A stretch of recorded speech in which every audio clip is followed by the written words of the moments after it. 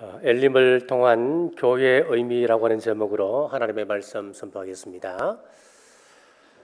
포크기에 살아있는 전설, 평화의 메시지를 노래하는 전도사라고 하는 별명을 가진 밥 딜런이 지난 7월 27일 날 우리 내한 공연을 했습니다. 이 사람은 살펴보니까 굉장한 사람이더라고요.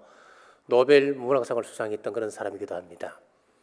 이 사람 노래 가운데 바람 속에 실려 있다라고 하는 노래가 있는데 3절 가사를 제가 한번 읽어드릴게요. 진정으로 하늘을 볼 수 있기까지 인간은 몇 번이나 머리를 지켜들어야 하는가? 울부짖는 사람의 소리를 들을 수 있기까지 인간은 도대체 얼마나 많은 귀를 가져야 하는가? 친구여, 그 해답은 바람 속에 실려 있다네. 인생의 해답은 바람 속에 실려 있다네. 1절부터 3절까지 쭉 있는데 3절만 소개를 하겠습니다. 어떤 분이 이 노래에 대해서 이렇게 해석을 했습니다. 모든 인생의 해답은 언제나 바람 속에 실려 있습니다. 그러나 그 바람은 이리저리 흩어져 망각 속으로 사라져버리는 그런 바람이 아닙니다. 그 바람은 우리 주님의 숨결이자 음성입니다 라고 해석을 했습니다. 자, 긴 인생을 살아오신 분들은 한결같이 그렇게 이야기합니다. 우리 인생을 이끌어가는 힘이 물론 우리의 노력도 필요합니다만은 그 노력 위에 절대자의 권능의 손이 있다고 하는 것을 인정하고 살아갑니다. 오늘 출애굽기를 통하여서 한 사건 한 사건을 들어갈 때마다 기쁨이 있고 또 어떤 데는 슬픔이 있고 고통스러운 사건의 연속이었습니다만은 한 걸음 뒤로 물러나서 지나온 인생을 여유롭게 관조해 보면은 왜 하나님께서 홍해로 우리를 인도하셨는지, 왜 수로 광야로 3일길을 걷게 하셨는지, 또 갈증에 시달린 그들을 마라의 선물로 인도하셨던 이유가 무엇인지 지나보면 그 뜻을 알 수가 있습니다. 많은 사람들이 자신의 인생을 생각할 때에 운명에 의해서 살아간다라고 생각을 합니다.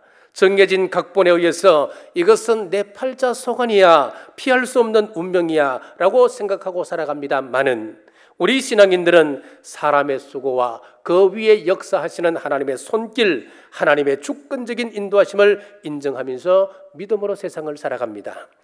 우리는 흔히 홍해 같은 위기를 만나게 되면 나의 믿음이 부족해서 이런 일이 생겼을 것이다 라고 생각하기 쉽습니다. 마라와 같이 우리가 계획하지도 않았던 또 의도하지도 않았던 일들, 내 원하는 대로 되지 않았 모든 일이 일그러졌을 때도 죄가 많아서 하나님께서 벌 주셔서 이런 일을 당하는 거야 라고 생각을 합니다. 그러나 엘림에 도달했을 때는 어떻게 생각합니까? 내가 편하게, 내가 착하게 사니까 하나님께서 복을 주셔서 지금 내가 일이 잘 풀린다라고 생각을 합니다. 그러나 그렇지 않습니다. 우리는 모든 사건 속에서 하나님의 큰 손길을 바라보셔야 됩니다.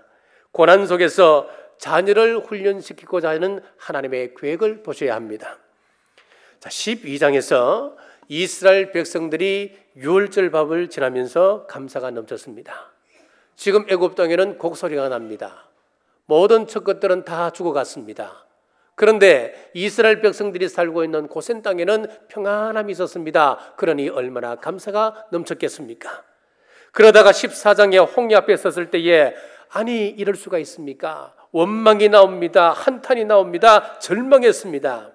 그러나 홍해의 절망 앞에서 그들이 400여 년 동안 섬기고 두려워했던 바로, 그리고 바로가 자랑했던 병거와 군대가 모두 수장되는 그 모습을 바라보고 절대로 바로의 손아귀에서 벗어날 수 없다고 생각했던 노예 근성이 해결이 되었습니다. 15장에 가서 수로 광야를 사흘길을 걷습니다. 물 한 모금 마시지 못합니다. 그러다 마라에 이르렀을 때에 오아시스를 발견했습니다. 얼마나 기뻤을까요? 그런데 막상 도달해 보니까 그 물은 선물이라 마실 수 없는 물이었습니다. 문제와 상황이 내가 의도했던 대로 되지 않았을 때에 십자가를 던짐으로 선물을 단물로 바꾸는 그런 기적을 경험했습니다. 그러니까 지금 내가 당하는 어려움이 재수가 없어서 운이 나빠서 절망의 상황으로 들어간 것이 아니라 하나님의 섭리로 구름 기둥과 불 기둥을 따라갔더니 위기를 만나게 되었다. 이 사실을 믿으셔야 됩니다. 이 상황을 이기고 나면 이것을 하나님께서 깨닫게 해주시려고 더 깊은 영적인 세계를 경험케 하기 위해서 내게 이런 위기를 주셨구나. 새로운 진리를 하나씩 둘씩 우리는 알아가게 되는 겁니다. 이런 고난의 과정을 통과한 이후에 오늘 본문의 말씀 엘림에 도착하게 되었습니다. 엘림은 어떤 곳입니까? 엘림은 사막의 오아시스였습니다.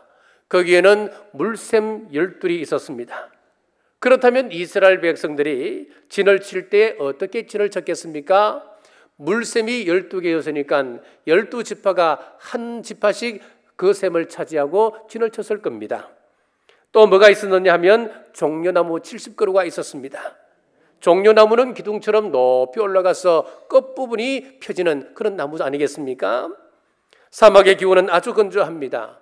그리고 낮에는 40에서 50도까지 올라가는 아주 무더운 그런 날씨입니다. 자, 그런데 참 신기하게도 그늘에만 들어가면 그렇게 시원할 수가 없습니다.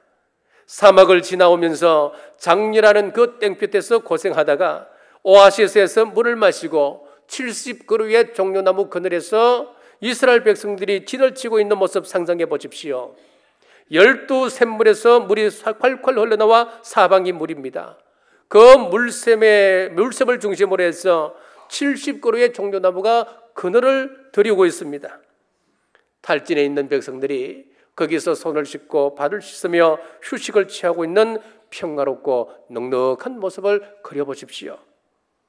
엘림의 풍경에서 우리는 세 가지 그림을 볼 수가 있습니다. 첫째는 물이 솟아나는 12샘물, 그리고 두 번째는 70그루의 종려나무, 즉 안식의 그늘을 보게 됩니다.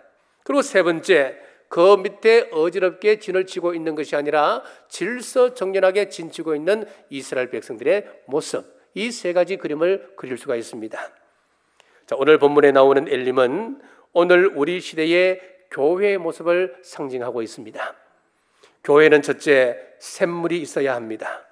27절 말씀입니다. 그들이 엘림에 이르니 거기에 물샘 12과 종려나무 70그루가 있는지라.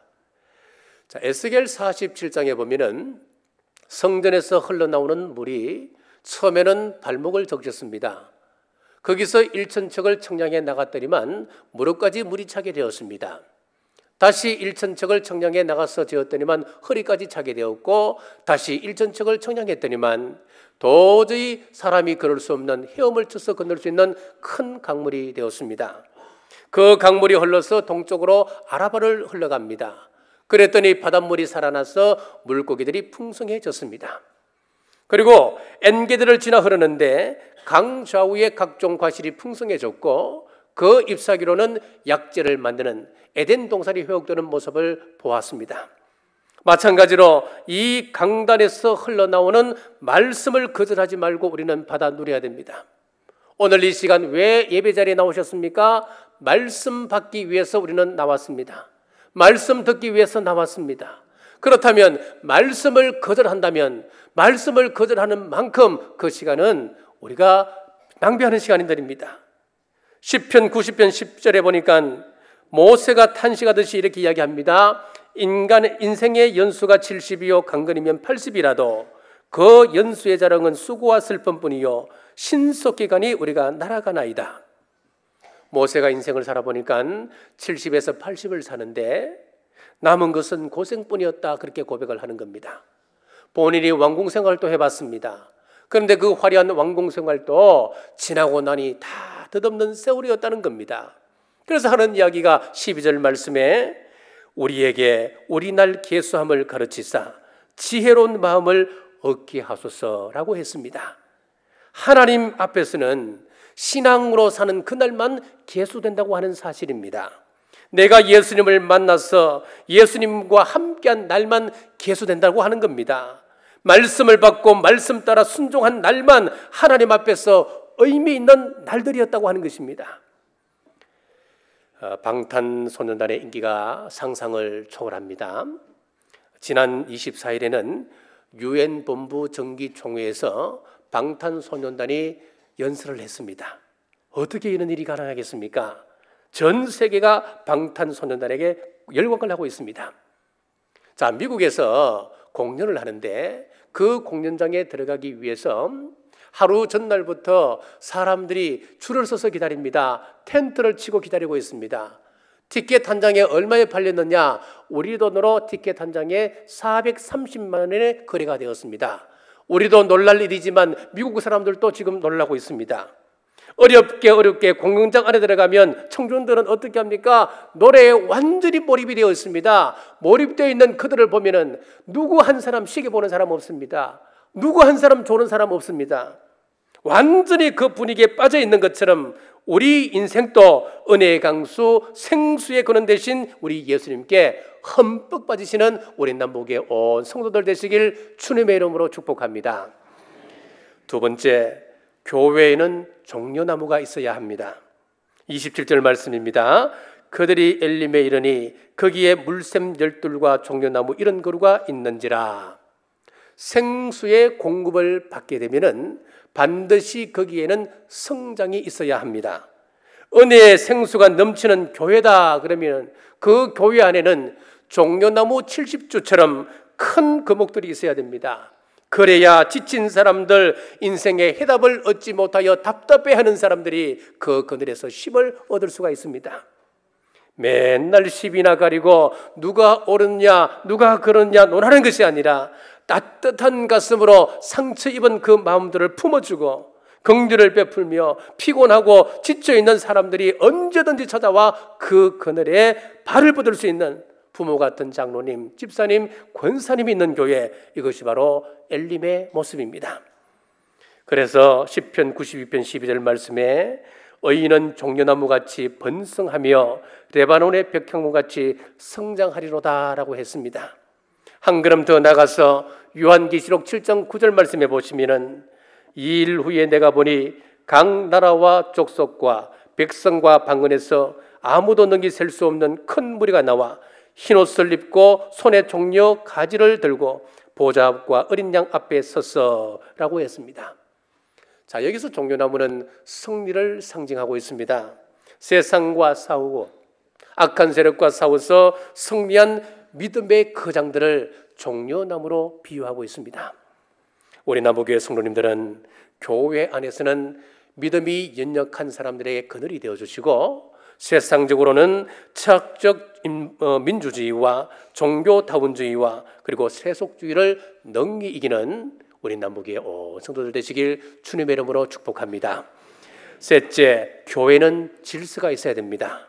27절 하반절입니다. 거기서 그들이 그 물 곁에 장막을 치니라. 그들이 장막을 치니라, 이 부분을 공동 번역에서는 그들이 진을 쳤다라고 번역을 했습니다. 여기서 진이라고 하는 것은 군대 용어입니다. 이스라엘 백성들이 40년 광야 생활을 할 때에 뭘 쳤느냐? 텐트를 쳤습니다. 그걸 우리말로 하면 장막이라 그렇게 이야기할 수가 있고, 텐트가 모여 있는 곳을 영어로는 캠프라 그랬습니다. 우리말로 진 그렇게 이야기하는 겁니다. 자, 그러면은 먼저 장막의 의미를 살펴보면은 이 장막이 화려해봤자 얼마나 화려하겠습니까? 텐트를 칠 때 대리석 기둥을 세웁니까? 아니면 텐트를 치고 난 다음에 그 안에다가 상들리에를 설치합니까? 그러지 않습니다. 사도 바울은 고린도후서 5장 1절에서 만일 땅에 있는 우리 장막집이 무너지면 하나님께서 지으신 집 곧 손으로 지으신 것이 아니요 하늘에 있는 영원한 집이 우리에게 있는 줄 아나니. 바울은 우리의 육체를 장막집이라고 비유를 했습니다. 이것은 흙으로 지어졌습니다. 그렇기 때문에 장차 우리의 육신은 흙으로 돌아갑니다. 다 무너지게끔 되어 있습니다. 그러므로 영원히 무너지지 않는 하나님과 함께 사는 그 장막을 사모하라라고 했습니다. 이 땅에서 천국을 사는 연습이 바로 교회 생활입니다. 장막을 우리 육신이라고 할 때에 장막이 모여있는 진을 우리는 교회라 이야기합니다.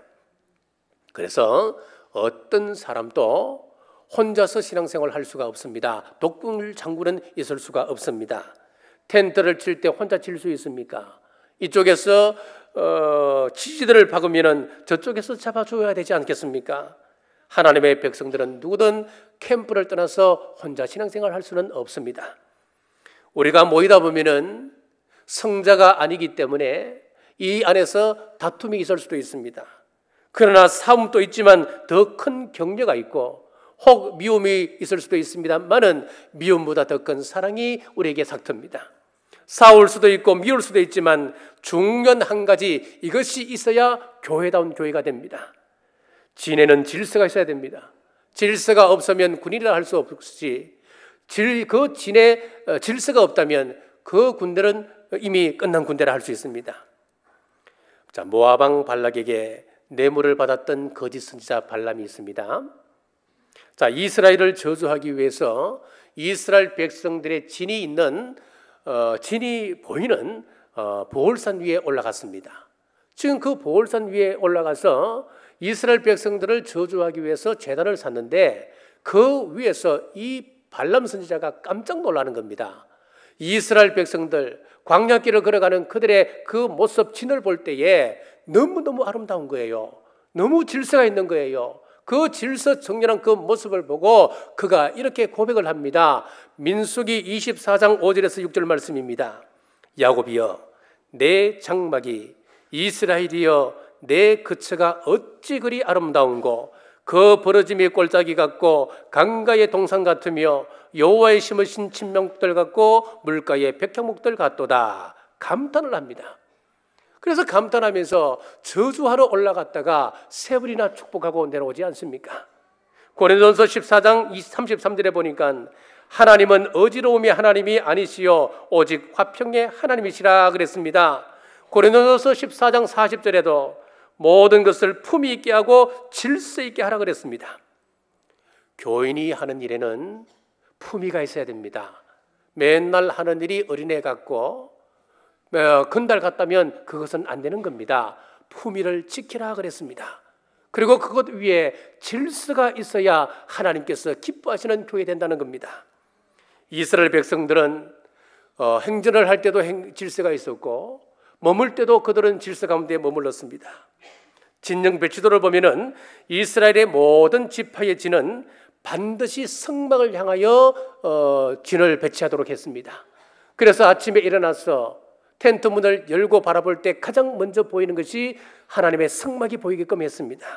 하나님을 생각하게끔 하는 것이었습니다.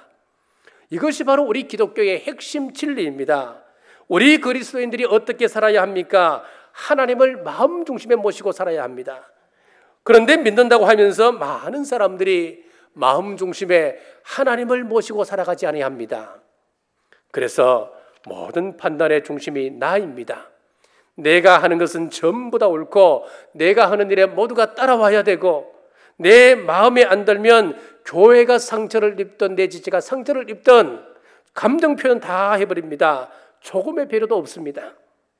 성도라 한다면 최소한 우리 마음 중심에 하나님이 계셔야 됩니다.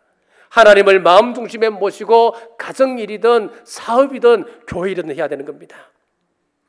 자, 우리 기독교라고 하는 것은 성경을 좀 많이 읽어서 삶의 처세술을 배우는 그런 것이 아닙니다.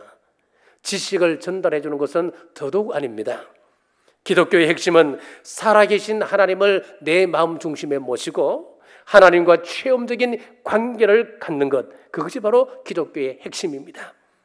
사랑하는 여러분, 말씀의 풍성한 은혜 받아 지친 지체의 그늘이 되며 교회의 질서를 잘 세우는 우리 모두 되시길 주의 이름으로 축복합니다. 자, 우리가 사람이 세상을 살아가는 데 필요한 것은 여러 가지 요소가 있겠지요. 그래서 많은 사람들이 실력이 있어야 사람 구실하고 살아간다라고 생각을 했었습니다. 그래서 옛날 우리 어른들은 자식 교육에 매진을 했습니다. 자, 그러나 지나온 날들을 쭉 살펴보면은 공부만 잘한다고 인생이 행복한 것은 아니었습니다. 공부가 삶의 전부를 좌우하는 것 아니었다는 이야기입니다.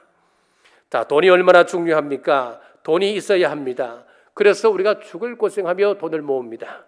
그런데 정말 돈이 많은 것과 행복이 정비례하는 것이겠습니까? 자, 로또 복권에 당첨된 사람들 다 행복할까요? 미국에서 당첨자들의 생활을 조사를 했습니다. 당첨되고 난 이후 10년간의 삶을 추적해서 쭉 조사를 해서 다음과 같은 결과를 내게 되는데, 결론은 이겁니다. 한 사람도 행복해하는 사람이 없었다고 하는 겁니다. 정상적으로 산 사람은 한 명도 없었습니다. 대부분이 이혼을 하거나 마약 중독자가 되고 파산을 했습니다. 정신 이상자가 많았고 심지어 자살로 생을 마감한 사람도 많았습니다. 단 한 사람도 행복한 사람 없었다고 하는 그런 결론이었습니다. 어떤 사람은 권력이라고 이야기합니다. 출세할 수만 있다면 모든 수단과 방법을 다 동원하여 권력의 줄을 데리고 합니다.